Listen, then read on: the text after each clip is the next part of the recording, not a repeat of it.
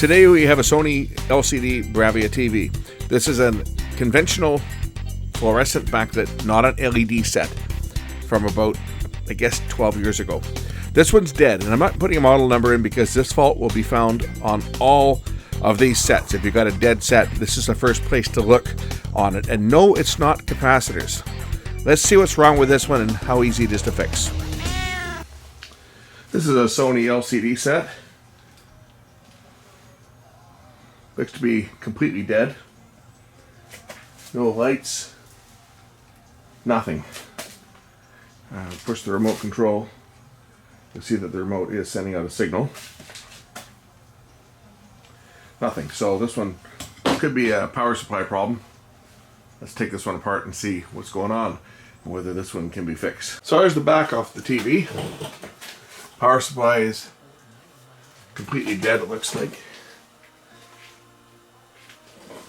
Power switch is right here. Nothing clicks or anything. I don't see any caps that are bulging. But let's see if there's any low voltage standby supply working. I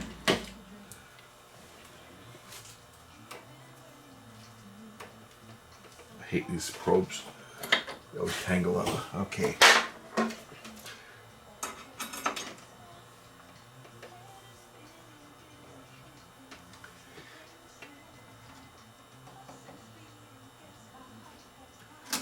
Should be a standby somewhere here. Standby 3.3. Nothing.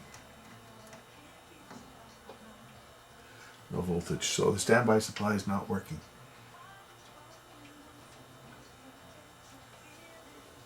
Fuse is not blown. You know that much.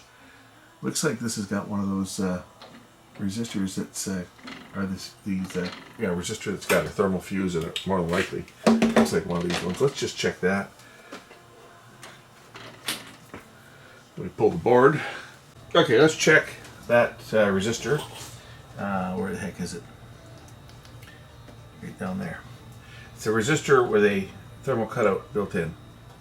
And it's measuring 6 mega ohms. You can see that, right? So I would say it's open. Let's just pull that part out.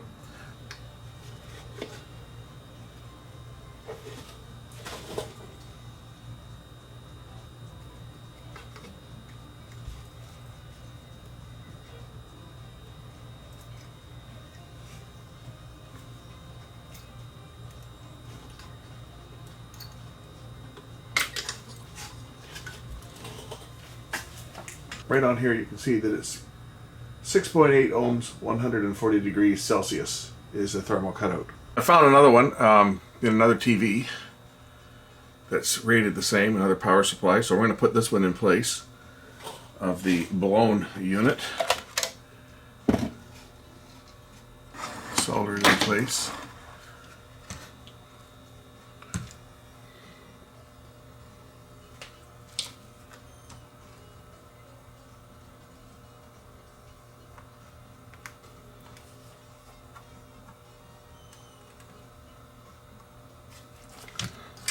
Now if I measure this one,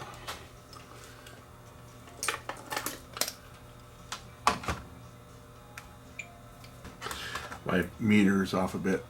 My probes are 1.2 ohms, so measuring 8 ohms, that's about right. It's a 6.8, so with the added resistance of my meter probes, we have the right value. We'll check a few of the other parts while I've got it apart before putting it back together, just to make sure there's no shorts on anything. I will say that this is probably one of the most reliable televisions that's been made in the last 20 years. These late model Sony Bravias before they went to LEDs. I don't know about their LEDs, but their LCD sets were exceptionally reliable. The early ones had some panel problems, but the later ones were really good. Those are diodes. Those are diodes. These are the MOSFETs here.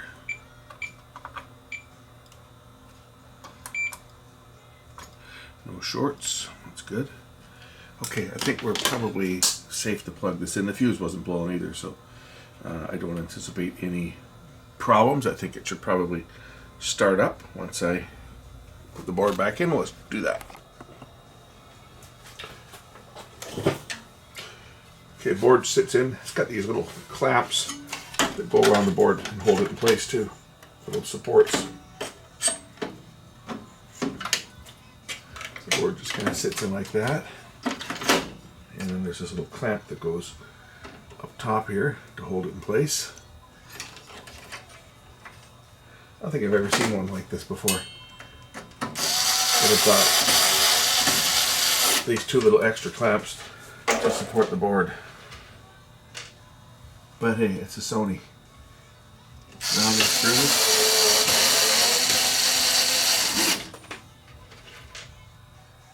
Three of them have got grounding tabs on them.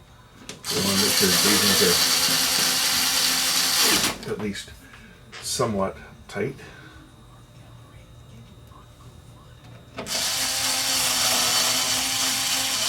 See, this is the way that Panasonic and Samsung should have grounded their boards. They should have put separate tabs on them like that.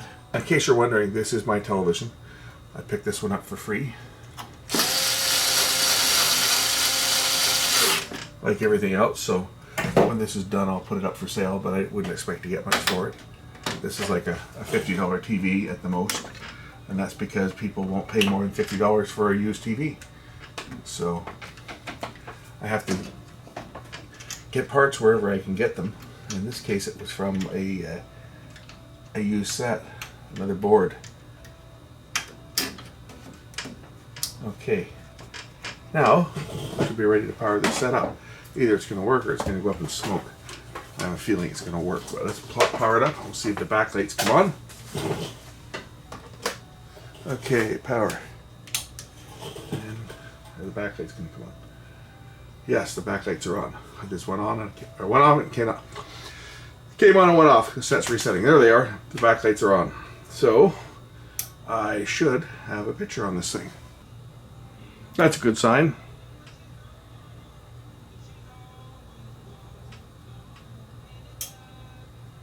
It turned off. 6 blinks. It's going off with a 6 flash of the power light. The 6 blink code on Sony generally indicates a problem with one of the backlights. This has got fluorescent backlights, but they're not immune to failure. And the 6 blinks generally indicates that there's a fault. Oops. Might help if I plug in the feedback circuit. Now let's see if the light's still shut off. Okay, power on. See if it shuts off now. Backlights are on. Will it stay turned on? Or will it go off?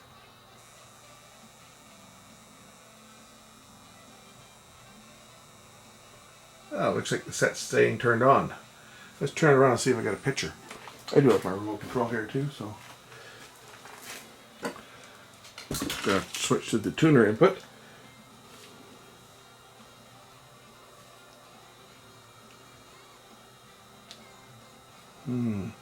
Looks like they've got the tuner. Oh, there it is, TV. TV, and we'll try channel 9. Got a picture! Excellent! Still CIVT from back in the days when that was the channel that was on analog. Excellent! So it's just that bloody thermal cutout. Same as that was wrong with that Toshiba. Although I would take a Sony any day of the week over anything that Toshiba offers. But there it is. 46-inch Bravia was dead. Just the thermal cutout built into that resistor that failed. That usually means the TV has been overheating. Typically what causes that is people that have them in cabinets or mounted over fireplaces and the fire is running, or mounted in a cabinet where the back is enclosed. These sets produce a lot of heat. The fluorescent backlights themselves produce a fair bit of heat. So if the ventilation is blocked, the heat can build up inside. Once it gets up to that temperature that the thermal cutout is going to fail, it's going to fail. But even without them overheating, those thermal cutouts do fail on their own for no reason whatsoever. They just do. They're terrible. Just from repeated heat cycling.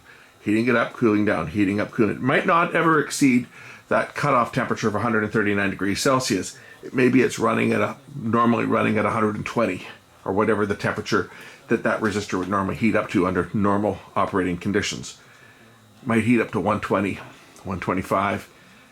Below that melting point for the little thermal fuse. But over the years of heating, cooling, they fail. So if you have a set that's gone dead, check that out.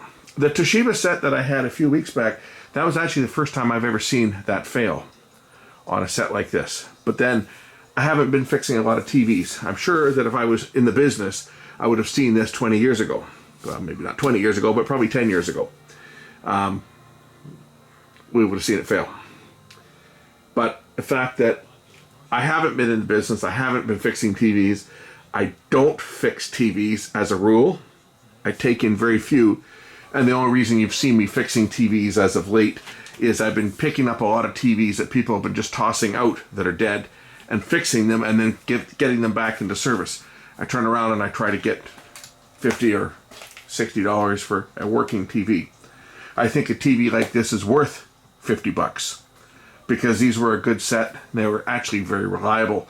They don't have the burning out backlight issues that the LED sets have. Yeah, they take a little more power to run, but overall, these TVs had a good picture. They're not smart TVs, but they are a full 1080 television. I should plug this into an HDMI input. We'll take a look at how good the picture is. Let me get the back on it, and we'll do a final check over and see how the picture looks feeding it a good source. There we go. Just got a little Bloomberg on because I think this is probably relatively safe to photograph without having to worry about getting hit with copyright. But this set has a good picture, and I think anyone who ends up with this TV will be very happy with the picture quality off this set. It's not a 4K set, but it's 1080p, and it has a good picture. And Sony always did have a pretty good picture on their TVs. Anyway, that's how you fix one of these TVs. If it's dead, check that combination resistor with the thermal cutout, because this is two of them I've seen recently. They're probably all going to start failing in numbers now. They're all getting to be about the right age where they're just failing just due to stress. So there you go, another easy fix. Thanks for watching. We'll catch you in the next one. Bye.